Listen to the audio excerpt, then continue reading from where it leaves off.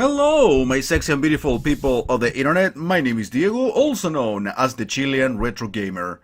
And welcome back to the replay series today with 64th Street, a detective story for the arcade. This is a beat 'em up game released by Jaleco in 1991, as I mentioned before, for the arcade.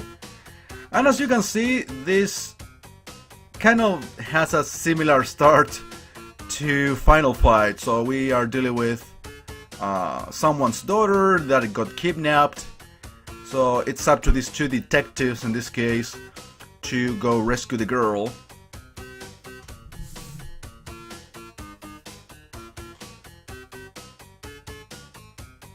Actually discovered this beat 'em up around 15 years ago when I was like fucking around with an emulator called Reine, and I was mostly obsessed with playing Snow Brothers 2, for example.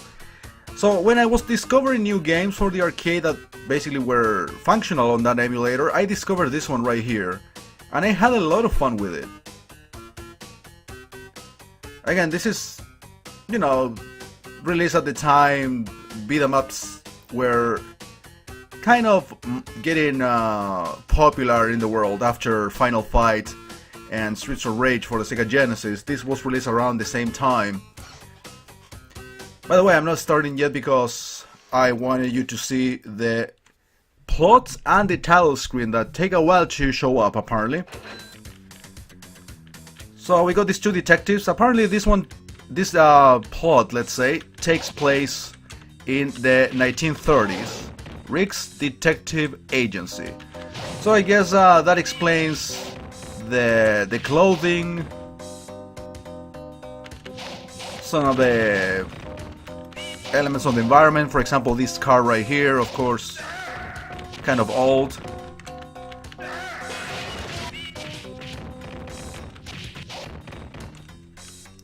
So yeah, this game is actually very cool. I mean, the sprites look very big. And at the time, that used to be like a big selling point. Big sprites means better graphics. But actually this game also plays very well. Probably not as fast-paced as Final Fight or even Streets of Rage. But this is definitely not slow-paced either. I mean, for example, this character cannot run. The jumps is a little floaty. But those are elements that could be like criticized, but some people like myself really let those things slide. Like that kind of detail is not really important. The floaty jumps. In general, I feel that this game is actually very fast-paced. It's not like the stages here drag on for a while. Okay, I like that kind of 80s cartoon transition. So yeah, as far as I know, this game didn't get released on any console, which is kind of a shame. I mean, this would have been a great Super Nintendo game or great Sega Genesis game. I'm sure they were capable of these big sprites. At least I think it didn't get released on any console. I would know, I think, if this actually got a port for a home system.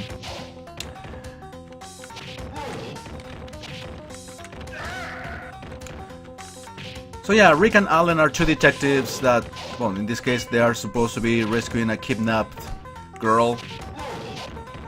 I was actually trying to do a proper introduction to the playthrough, so I wasn't really paying attention 100% of the time to the plots.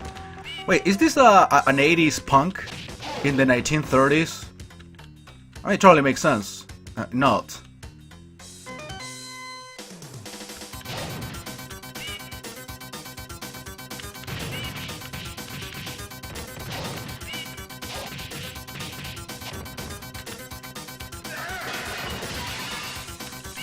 Dude, I love Rick's sense of fashion. He's the fucking best. Look at that punk over there, driving the car. Were those a thing in the 30s? Seriously, I mean, I'm really curious about that. 80s punks in the 1930s.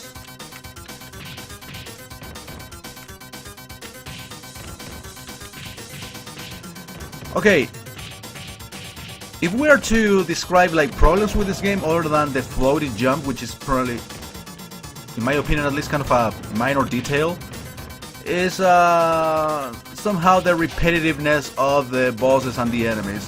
But again, it's basically a beat 'em up of the 90s in a nutshell. That's essentially what the problem that they all have. Even Final Fight, I mean, the enemies get repeated and the levels kind of drag on.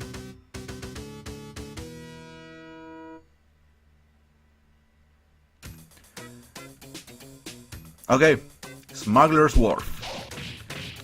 So yeah, this is a whole criminal organization that I'm fighting against, that apparently know that these two detectives are on the case of the girl. So they're going after me. They don't want me to rescue her. Alright, it feels like, alright, nice. You can actually throw them into the water, some sort of environment interaction. Well, actually I could throw the enemies into the windows of the stores in the previous stage. Look at this pirate guy. Lost 2 lives already. I mean, this is what you were supposed to expect from the 90s in terms of graphics, but it really, this game really looks pretty. Is there an enemy desperation attack? Yeah, you can kind of do that, but it looks very fast. Alright, I'm gonna choose the other guy to see how he is. Oh my god. Yeah, if I loved Rick's sense of fashion, this guy's is equally as good.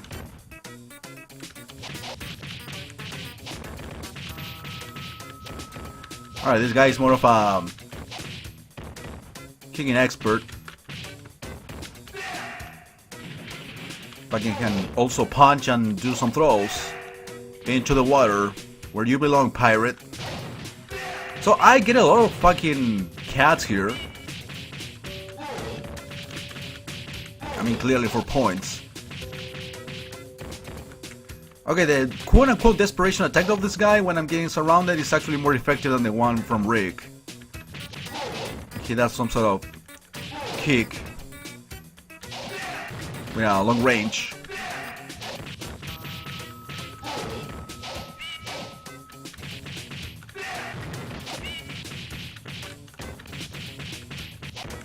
So, for the replay series, just to let you know, I'm still doing games that I did in 2008. Remember, that's the year in which I did most, or the most games, in terms of quantity. And at this point, I think the majority of them are arcade games that I was uploading.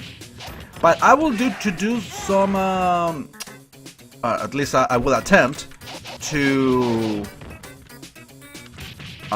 provide different types of games, which is in a way kind of betraying the original idea of doing the games in the exact same order I did them back in the day. That really doesn't really matter anymore, to be honest, but I'm still doing games from around the same time. So I'll be doing, for example, last time I did Doki Doki Panic, which is a console game. Now I'm doing an arcade game, so maybe next time I should be doing a ROM hack. Just to keep the variety, if you will. Okay, I actually like Alan. He's in a way a little bit faster than Rick.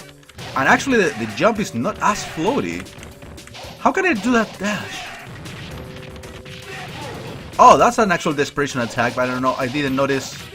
Oh yeah, it drains my health. And I think I just got sushi. This was back when sushi was a luxury. Not like today, like it's fucking cheap as fuck and everybody can buy it. And of course the quality of the sushi is very questionable, or can be very questionable. I can't say I'm not a fan of sushi, but I don't eat it as often. But the few times I have tried it out, of course I have enjoyed it. But I mean, I cannot really tell you about types of sushi, varieties, because that I don't know. I know of tempuras and shit like that, but I mean, if you tell me, okay, what kind of sushi is this? I have no idea, I just eat it. I'm a fucking fatso. Dude, honestly, I like Allen better, but I'm still gonna be switching to Rick. I mean, the times I have played through this game, either on camera or not, I played as Rick all the way through. But this guy's definitely much faster.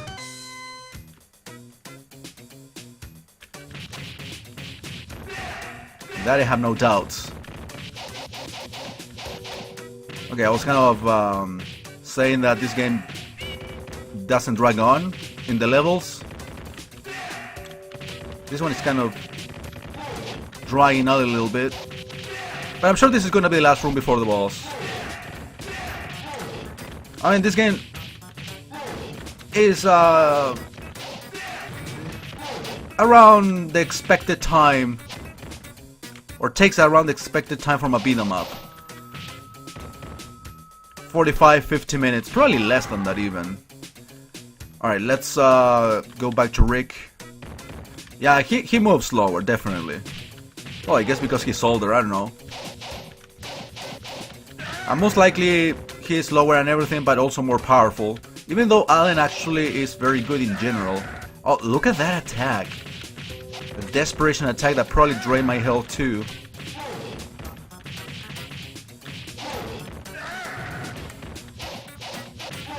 Alright. Oh yeah, I thought it was done.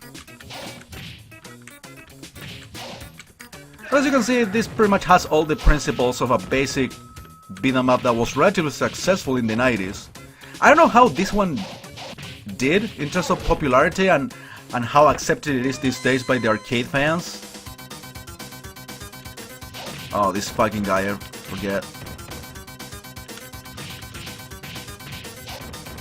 Some fat Captain Hook.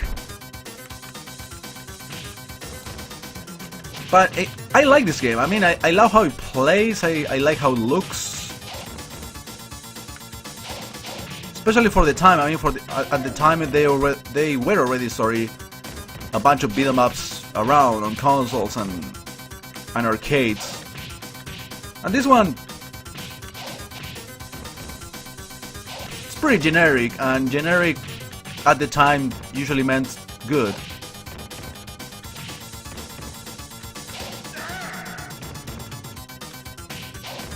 Okay, jump kicking apparently is the way to go with this guy. Because I don't always get the priority when punching. Try to kill him before he kills you. There you go. Robotic parts have been smuggled illegally into the country by boats. Alright guys, that's gonna be it for me today. Thank you very much for watching. I'll see you in the next episode of 64th Street.